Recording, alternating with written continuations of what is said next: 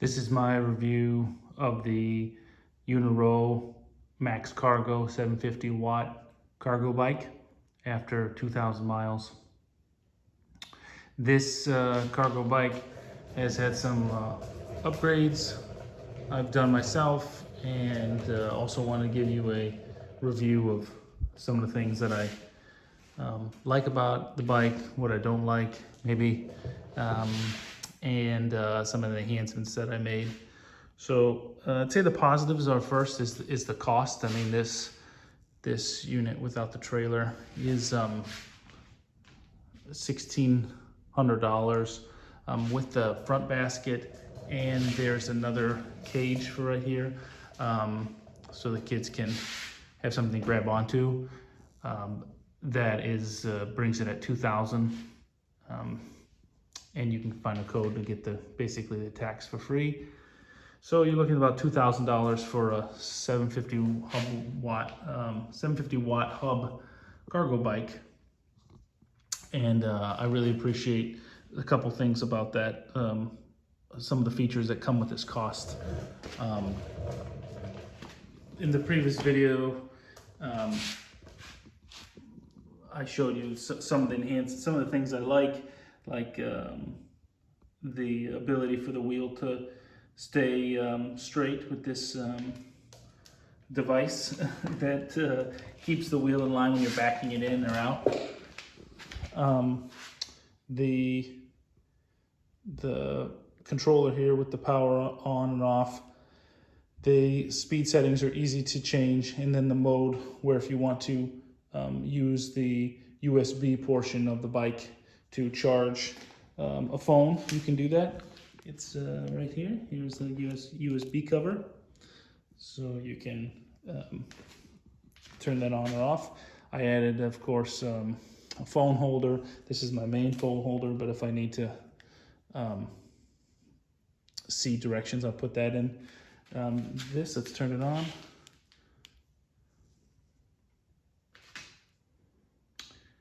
We'll go through the cycle. So it's level 1 assist, so I have 1,670 miles on it. Not quite 2,000 yet, just keep scrolling up. Go all the way up to turbo, and then hit the power button one more time. We'll turn the light on. It's pretty good. I mean, enough to see in front of you. It's not, you're not going to see the whole street, but you're going to see any major potholes. The features that come with the bike, like I said, that I enjoy also are this this little bell. This has been a nice little enhancement. You don't have to go get another one. Most people hear that even on a busy road if they don't have both their earbuds in or headphones on. They see that. I keep it in 7 all the time because I'm usually using the turbo to get off of the start line. We've been on several bikes, e-bikes, that maybe only have 1 gear or 2 gears. They don't have a full set derailleur in the back, which you can't actually see all the 7 gears. But I thought 7, sometimes at 5, of course, you're not getting any resistance, but that's not the point. But normally I don't keep this at 5. I keep it at, say, like 1, and I just use the throttle a lot to give it the beans and get off the line. So that's my biggest takeaway, where I like the hub motor a lot, that you don't get in a mid-drive. Plus it's flat here, so there's not a lot of hills. The other features I like is that you can have adjustable handlebars. So this area here, even for me, being 6'4", this is still comfortable. And as well as the seat post, it was plenty high. I ended up replacing it for a suspension model, just a cheap version that makes it a little more comfortable to ride. I'd say the battery life, I really had no issue at this point with it. Doesn't seem like it's degrading. The plug for it is right here, the barrel plug. And I bought an enhanced or a higher wattage, amperage I should say, charger. So this is not the one that comes with it. This one, excuse me, is a 5 amp output, where it comes with a, I believe it's 3 right now. And this was only $30 on Amazon. So as opposed to the 200 it would be, it comes with 2 different, universal plugs. So this is the barrel plug that I'm talking about that it uses currently. And I like that because for $30, it's one I use most of the time. It's not a solid state. It has a fan in it. So you hear a little noise whining when you turn it on, but it's absolutely minimal. But I keep the main charger in the bag now, just in case I'm somewhere I need to get a quick charge. Some of the, I guess the negatives I would say about the bike are that this did not present itself initially, but then over time it has, and that is this throttle here, which I said I use constantly. That throttle normally has to it only matches the speed setting. So if you're in 1 and you give the throttle, it will only go to the highest speed, that position 1, assist 1.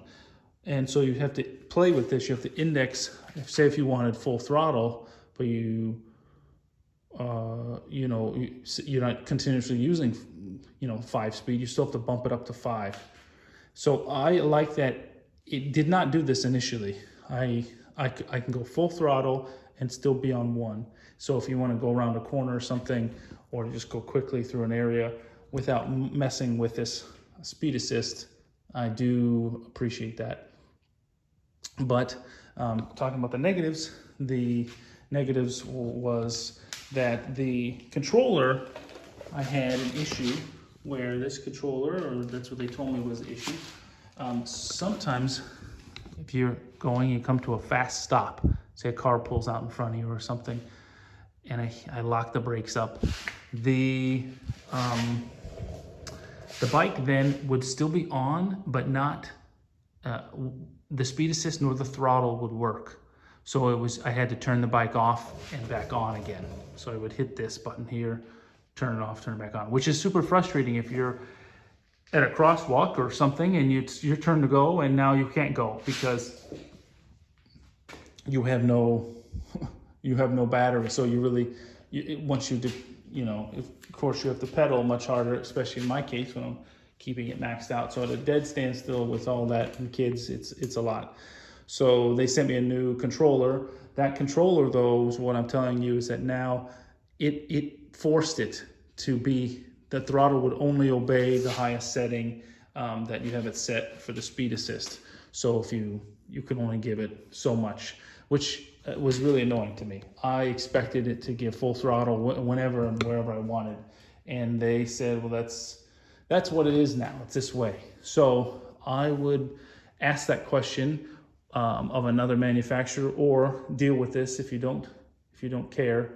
It's not a big deal, but I find it to be annoying. Probably because, anything you take away that you once had, you're worse off. You get more upset about than something you never knew you had in the first place. Negative, I think the other failure mode I should mention is that the hub itself, at a year old, this bike is a year old almost, only on the 5th level, the highest speed rating, I will hear a higher noise, and not road noise, but like a motor noise that is not appreciably in line with what it should be. What I mean by, if you hear it at 4, you hear just a low hum. At 5, it's like a roar and not a grinding, but just this loud motor noise. And they agree that's an issue with the hub, so they're going to send me a new hub. So just be aware that at 1 year, the hub warranty runs out. It's 2 years for a lot of other things, but the electrical components are 1 year. So look for that. It's not it's not stopping the bike from running. I just wanted to get it done before the year was up. and that's something to think about when you're if you're having issues, to check the warranty on things like hubs. I'd say that would be probably the only two negatives. Oh, I should say one more thing. I'm sorry. The kickstand failed on me. This is a single bolt design whereby this bolt goes through and engages this threaded part of this kickstand, and you really can't see it in here, but there's a threaded portion. There's just a threaded hole, and the blanking plate, the plate that is welded into here, kind of where that top hat looking thing is, that pulled through. It deformed over time, just within 6-8 months of using it constantly. It pulled through, so the whole thing would shake, and I would try to tighten it down and just pulled through more. I didn't know it was the welds had broke, or not the welds, but the whole metal had pulled through.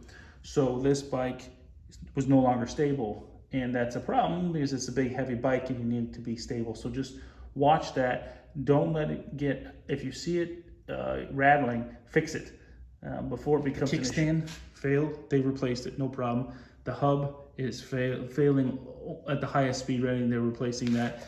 And then the cutout, I'll call it, the sudden stopping can make this thing sometimes cut out. And it was very randomly, I didn't mention that it would probably be initially one every 50 times, and then it was one every 10 times. And now it seems like after I went back through here and just tightened everything again, it's rare, but it still does happen. So I'm not exactly sure what the problem is, if it is a connection issue or if it's the controller. So it could be determined what could be fixed with that. But it's not so pervasive that it's becoming an issue where I'm upset about it. Okay, so I'd say enhancements. For me, I wanted it to come forward more, so I bought this extender, for like $5 on Amazon. It has a knurled, and then I didn't want it to be fully flat, so it wouldn't have too much tension on it. So I kind of put it at an angle, and it presents it proud. So there's a lot of stuff on this handlebar assembly. Another one is the battery. So I have a button here whereby this thing turns on. So this is the company Blue Sky C, and I have a rear mounted camera right here. When the trailer's attached, obviously it's just looking at the kids, and that's fun because you can see what they're doing, send the video to the grandparents. It's a fun little thing. Also, it has a front-ended camera right here. That's this one. There's bullet cam. This is a motorcycle cam. The company is Blue Sky C, and the model is A12. I chose that model because it runs off a USB. It has the ability not to only run off of battery terminals, but like a 5-volt power supply. I then added this in the last probably 4 months. This is my dash cam that I like this company, and it has much greater resolution. Even though they're both considered HD, couldn't be more different. And I'll show you a picture of a license plate at 20 feet, what it looks like on this one.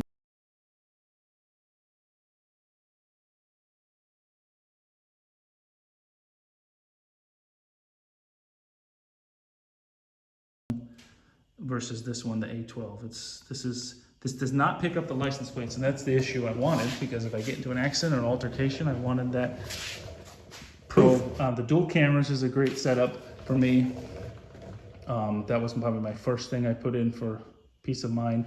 The panniers, this is my second set. The first set, a squirrel got in here at the park to get some sunflower seeds and completely ate through like the zipper.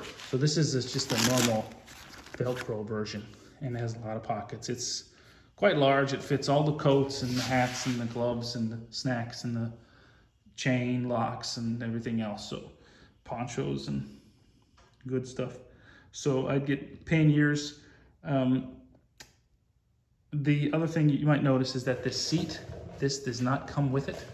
This is just a piece of 1x6 that I cut, just coated with some poly. And the idea was that the 5-year-old can sit on here, and also it comes out. So I had, you know, if you have, say she doesn't want the seats on the back one day, and then we use just, this is Velcro, just that, you know, comes in a big reel, and that's her seat belt. She wraps that around herself to this, so if she presses on it, she won't move in and out or side to side with it. And this is captured in here in this large dado to keep the seat back in here. And then when the reason I made it a little bit extended, you'll notice that, and not just flush like the original one sort of ends right about here. It's just that it's a little bit thinner than this 1 inch, which is 3/4. Is that I have a child seat. It's for the baby, and it has a reclining function, and it's quite wide. It's not like the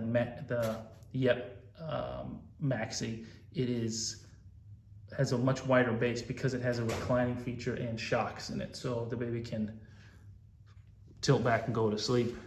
And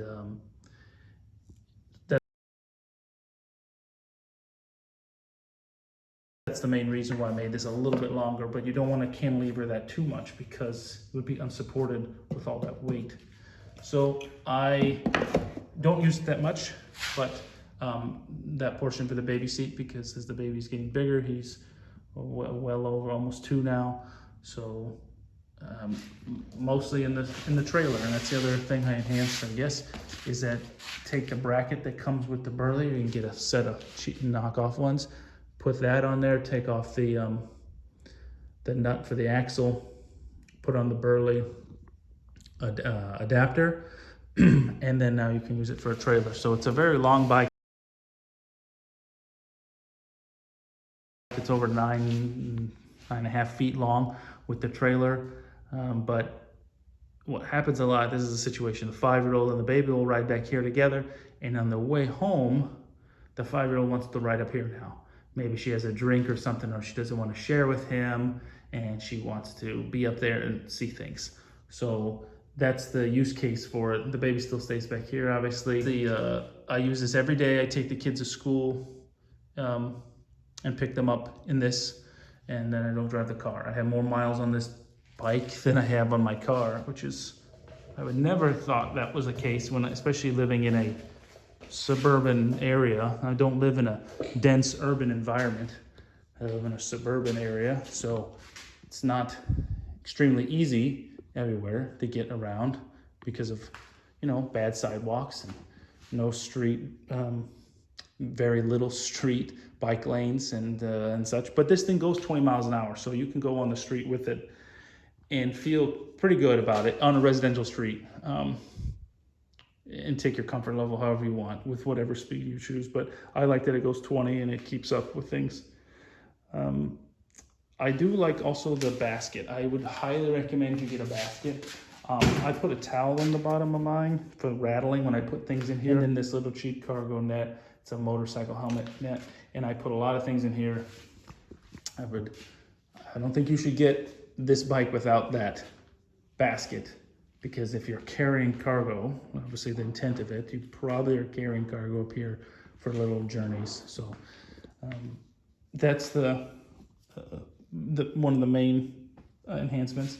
I also put on just new white walls tires just to be different. I don't know.